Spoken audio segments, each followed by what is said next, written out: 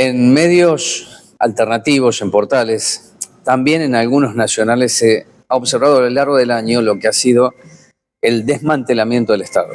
Una promesa de Milei. Dice, hay que aniquilar el Estado.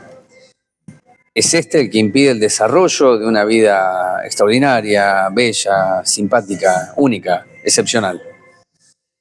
Y es muy necesario comprender que ese desmantelamiento impacta en las vidas.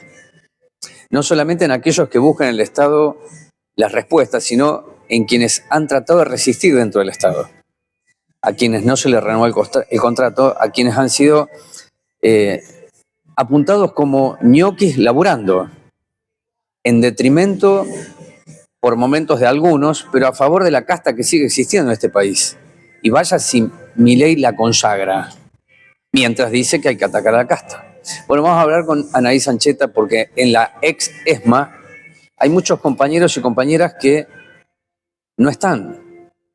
Se encontró un nuevo nieto y es una noticia casi de fin de año, pero hay que mirar todo en claves de perspectivas históricas y hacia adelante cuál sería el futuro y qué significaría dar nuevas luchas, sin perder de vista las viejas, pero esos mojones que son inolvidables y banderas que no se pueden negociar.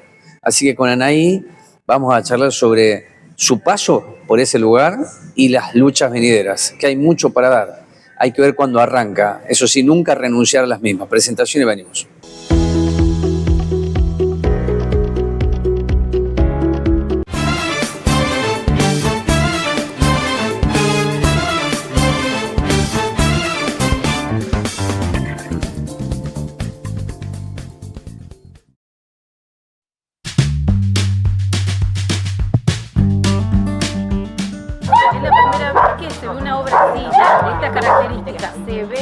Nosotros 3 años que vivo acá y lo veo.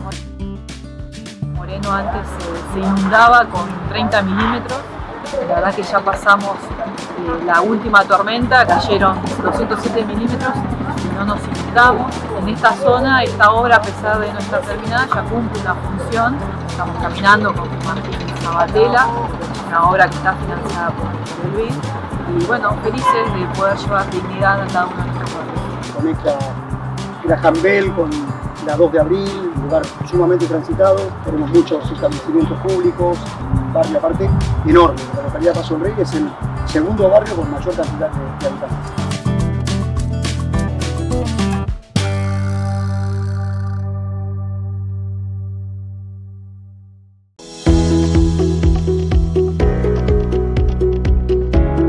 Cuando hacía la presentación, agrego ahora que para el actual gobierno, y antes también, derechos humanos fue una franquicia, un valor comercial, un uso, un abuso. Y existen algunas pinturas que se convierten en cuadros para muchos, para decir, yo les anticipé que era así. Entonces Milei vino a desmantelarlo todo bajo criterios de fallas o abusos que no hacen a lo general, sí hechos muy particulares. Lo primero que quiero saber es cómo transitaste vos el año en ese lugar que no va a desaparecer nunca, aun cuando lo quieran transformar en lo que sea, es la ESMA. ¿Qué te pasó? ¿Qué viviste este año? Bueno, hola, ¿cómo estás?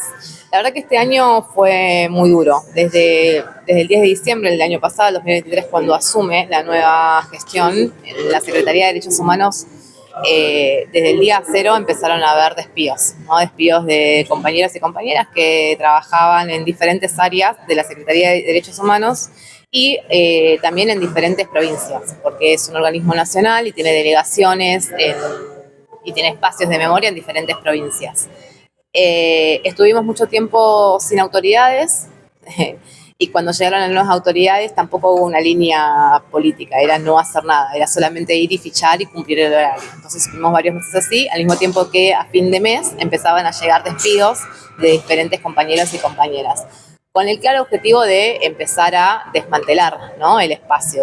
No había una política pública clara, no se difundían los centros, los números de denuncias. Yo trabajaba en el área de violencia institucional y no se difundían el 0800 ni el WhatsApp de la dirección, ¿no? que tiene que ver también con una línea política, ¿no? Claramente no hay difusión de los centros de denuncia de violencia institucional porque claramente hay una política pública desde el Ministerio de Seguridad de la Nación que avala esa violencia institucional. Entonces, bueno, se unificaron, desaparecieron direcciones nacionales, por ejemplo la mía, que era una dirección nacional, se unificó con otras direcciones nacionales y pasamos a ser una gran dirección con una persona a cargo que no tenía idea de nada. Que ahora ya tampoco está a cargo porque no hay firma, no tenemos firma, estuvimos mucho tiempo sin firma, con lo cual eso implica que no podíamos realizar notas a los organismos judiciales, digamos, hay un montón de tareas que dejamos de hacer.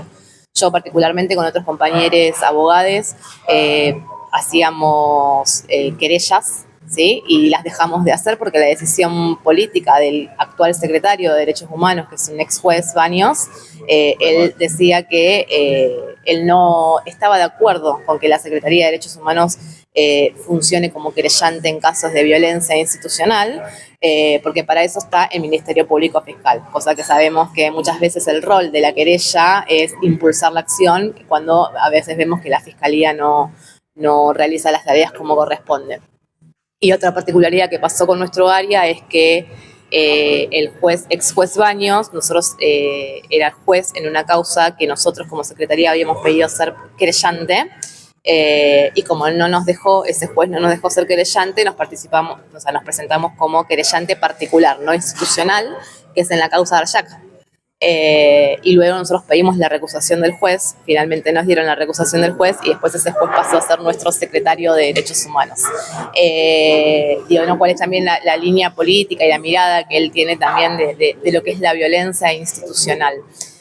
Pero esto no pasó solo en mi área, ¿no? Sino que pasó en todo leyes reparatorias, la CONADEP, los sitios de memoria que están en todo el territorio de la Argentina fueron despidiendo a compañeros porque no hay una política pública, digamos, no hay una política pública de memoria, de verdad y justicia. Vos sabés que es la desaparición.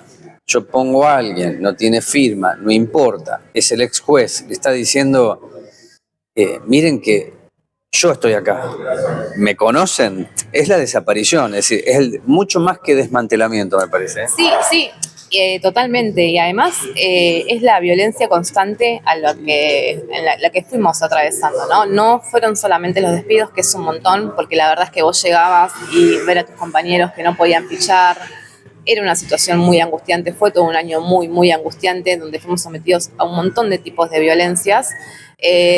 Nos dejaron las puertas laterales de la Secretaría, empezaron a estar cerradas con policías en los accesos que no nos dejaban salir ni entrar por esas puertas. La semana pasada la puerta de entrada estaba cerrada, entonces vos tenías que golpear la puerta para que te dejen entrar a tu lugar de trabajo. Está la policía, en la ex-ESMA estamos hablando, estamos en la ex-ESMA.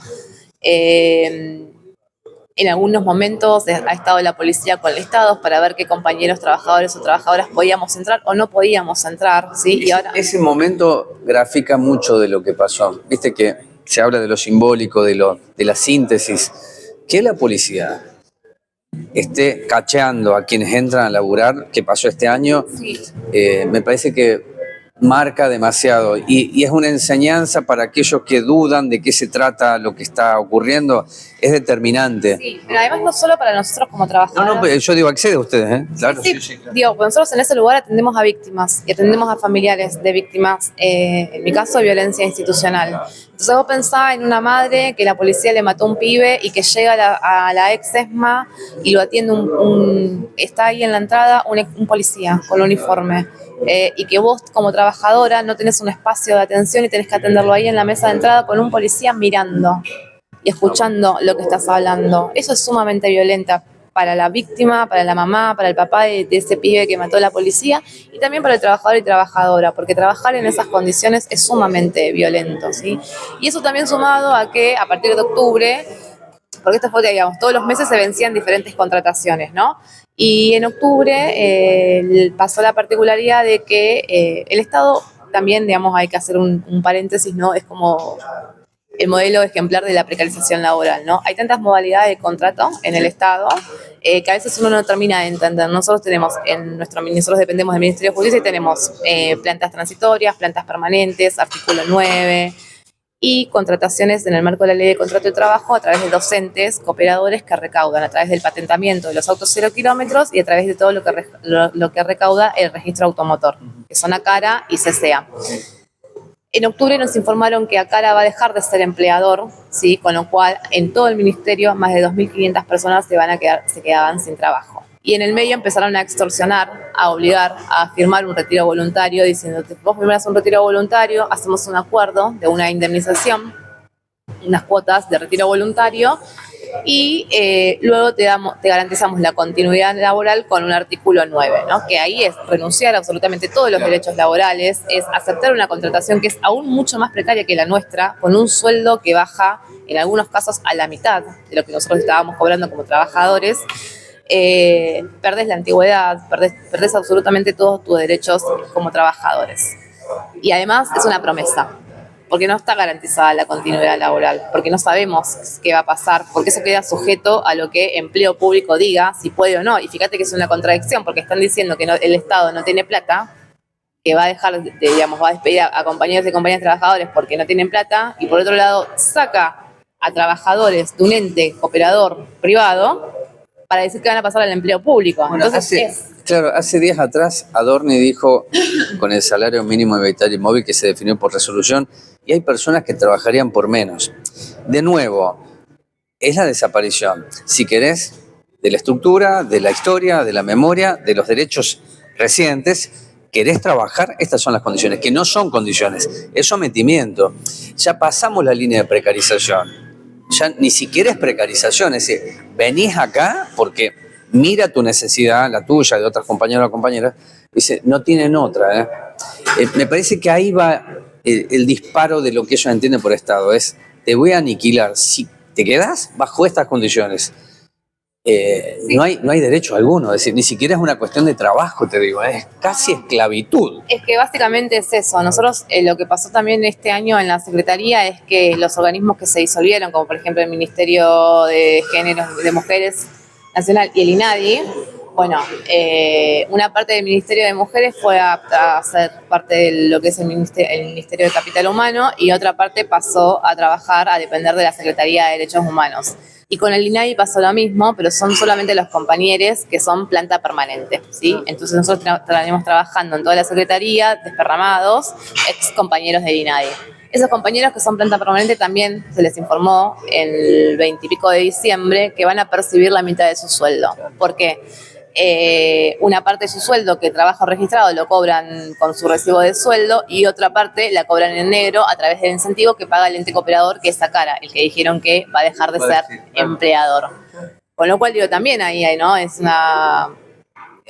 compañeros que tienen que ver si pueden seguir o no trabajando, porque la verdad es que de golpe les baje la mitad de su sueldo en este contexto donde también nuestros sueldos están congelados porque no recibimos aumentos durante el año.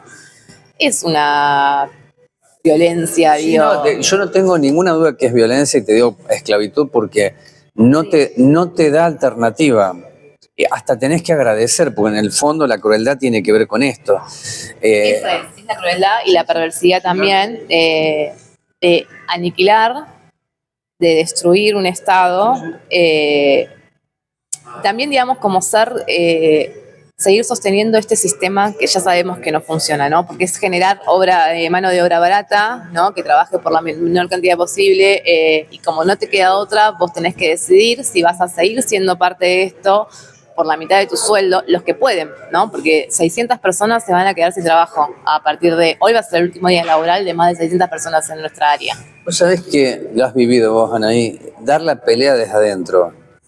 ¿Cómo se da la pelea desde adentro cuando el adentro es esto?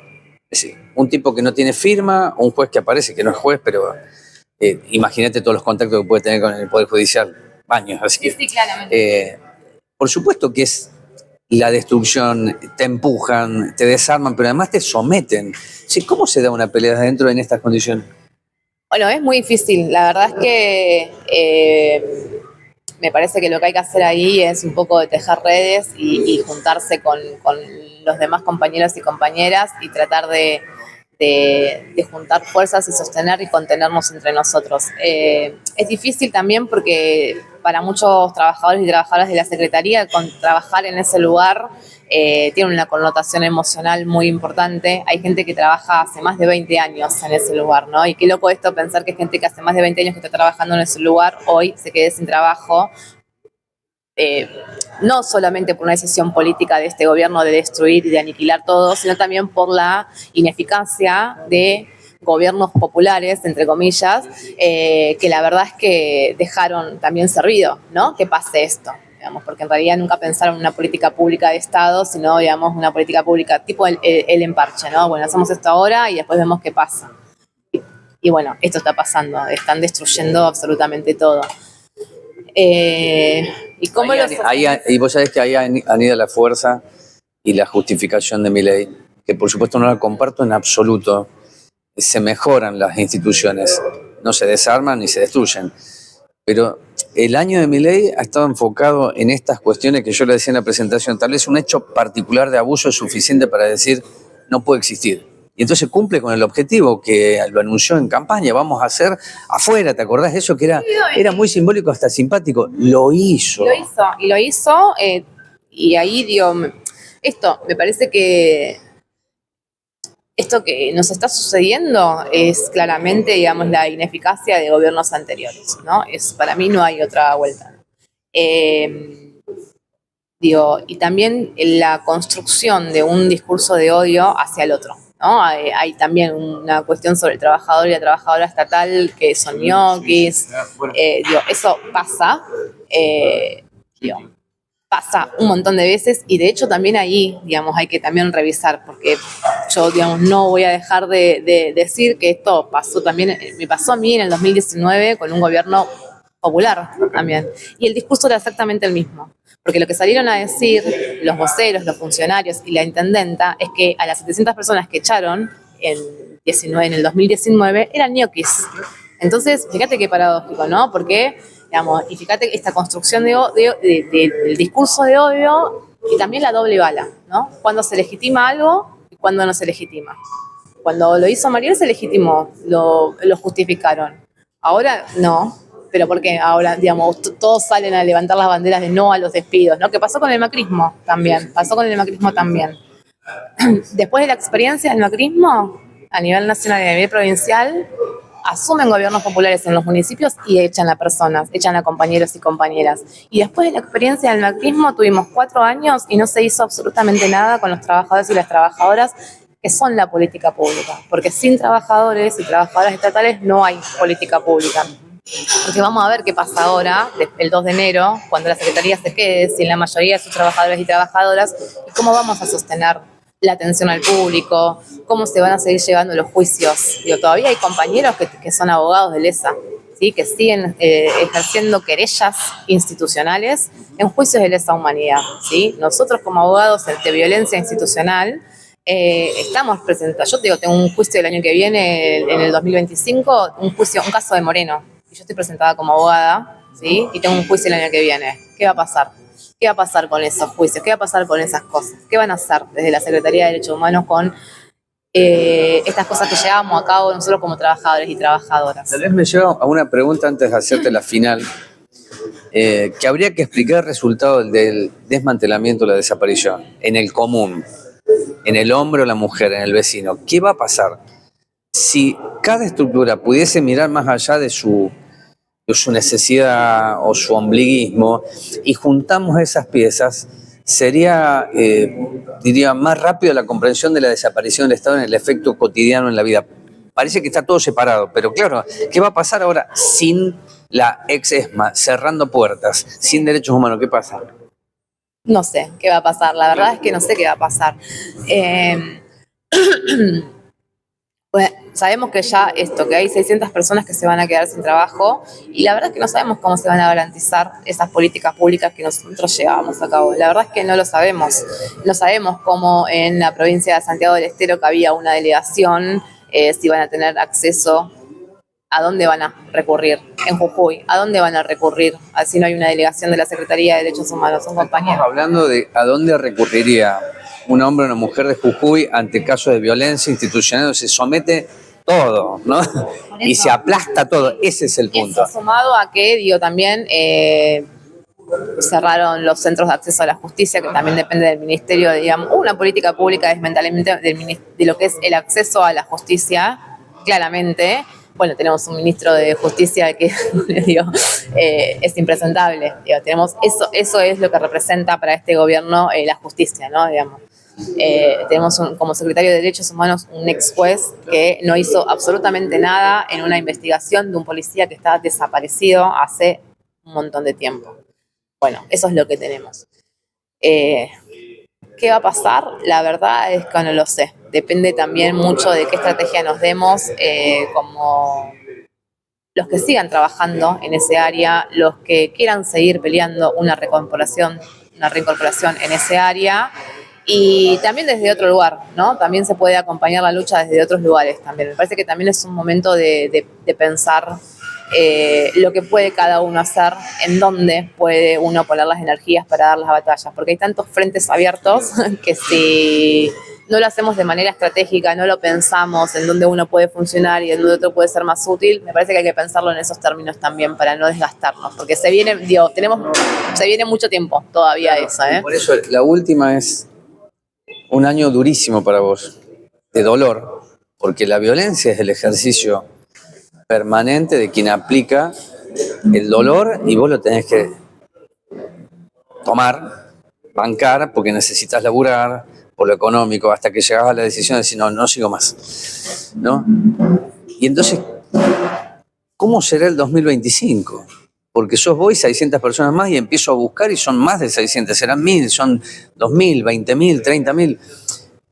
¿Cómo se reconfigura ese cuerpo que antes tenía vida, que la sigue teniendo, pero para levantar una bandera que se sostenga por encima de la individualidad y lo material que lo necesitas, Anaí, vos decir, para tu hija, para tu compañero?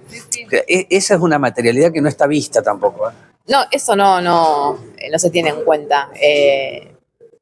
Pero bueno, digo, también es parte de este sistema, ¿no? Digamos que hay cosas que se las tienen en cuenta y cosas que no. Bueno, la verdad es que me parece que es un momento también, creo que también cuando hay crisis también surgen oportunidades. Me parece que es un momento también como para reflexionar y pensar alternativas, ¿no? Me parece que sabemos que hay un montón de cosas que no funcionaron, por eso me enoja un poco cuando sigo escuchando el vamos a volver.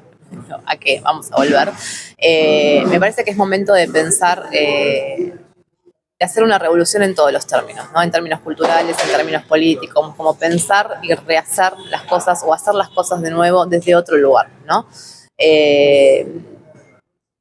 Me parece que estamos acostumbrados a una forma de mirar la vida bastante como rápida, sin detenernos, sin pensar lo que hacemos, ¿no? Como que vamos en modo automático en absolutamente todos los aspectos de nuestra vida, y eso nos hace que nos convertamos en robot y que no pensemos y que obedezcamos todo el tiempo, en todos los aspectos, en la militancia, en el trabajo, en todo. Obedecemos, y de golpe nos encontramos que terminas obedeciendo y terminas en la nada, ¿no? Te quedas en laburo, Bueno, me parece que es un momento también para repensarnos a nosotros como personas y poder pensar. Si nos pensamos en términos individuales, también podemos pensar en términos colectivos de otra manera también, pero escucharnos entre nosotros y escucharnos a nosotros mismos también, ¿no? Creo que es momento de pensar esto, de pensar en otra forma de hacer política, de deconstruir esta política que tenemos que no sirve y construir una política nueva, en términos menos competitivos y colaborativos, digo, ¿no? En otras cuestiones que hacen a lo común. Que eso es lo que no está pasando en realidad. Estamos tan metidos en nuestras cosas, en cuidar nuestro ranchito, en cuidar nuestro trabajo, en cuidar lo que tenemos, lo poco, ¿no? Y en eso poco lo transformamos en un poder que en definitiva es un poder sumiso, ¿no? Porque fíjate, no tenés laburo y puede que mañana te ofrezcan un trabajo y no sé si se lee bien la palabra esclavitud, pero quien es esclavo puede amar al amo. Sí. Porque las necesidades son enormes, entonces ya es mucho más que la individualidad que no llega a responder, sino que ya lo colectivo comienza a tener un funcionamiento de estas características, con independencia hasta de las ideologías, te digo, porque tiene que ver con un formato de poder. modo y forma, yo hablo mucho tiempo de hacer esto, ¿no? No, me parece que sí, pero ahí también es en donde nosotros tenemos que ser lo suficientemente inteligentes para no ceder ante esa demanda, ¿no? Digamos, ante esa individualidad. Y ahí es importante lo colectivo, cómo te sostienen las redes, ¿no? Digo esto, nosotros con los compañeros que trabajamos en la ex ESMA, digamos, estamos pensando cómo vamos a continuar, ¿no? Bueno, esto. Entonces, ¿cómo cubrimos? Porque digo, mucha gente todavía no le llegó el telegrama de despido, con lo cual tenés que ir, digamos, tenés que hacer toda esa instancia legal, y hay compañeros que ya sabemos que tenemos que salir a buscar trabajo de nuevo, ¿no? Y hay compañeros que tenemos otras herramientas. Digo, yo la verdad soy abogada, me puedo dedicar al ejercicio particular, de hecho es lo que voy a hacer, pero hay otros compañeros que no. Entonces, bueno, como empezar a hacer búsquedas laborales, digo, como esas cuestiones que tienen que ver con lo colectivo. Eso también es militancia colectiva, ¿sí? No, la militancia no es partidaria, no es solamente tener una función pública, es juntar gente, acarrear gente, llevarla atrás de una bandera, aplaudir en un acto. Digamos, la militancia es otra cosa. Tenemos que volver a pensar en la militancia en otros términos también.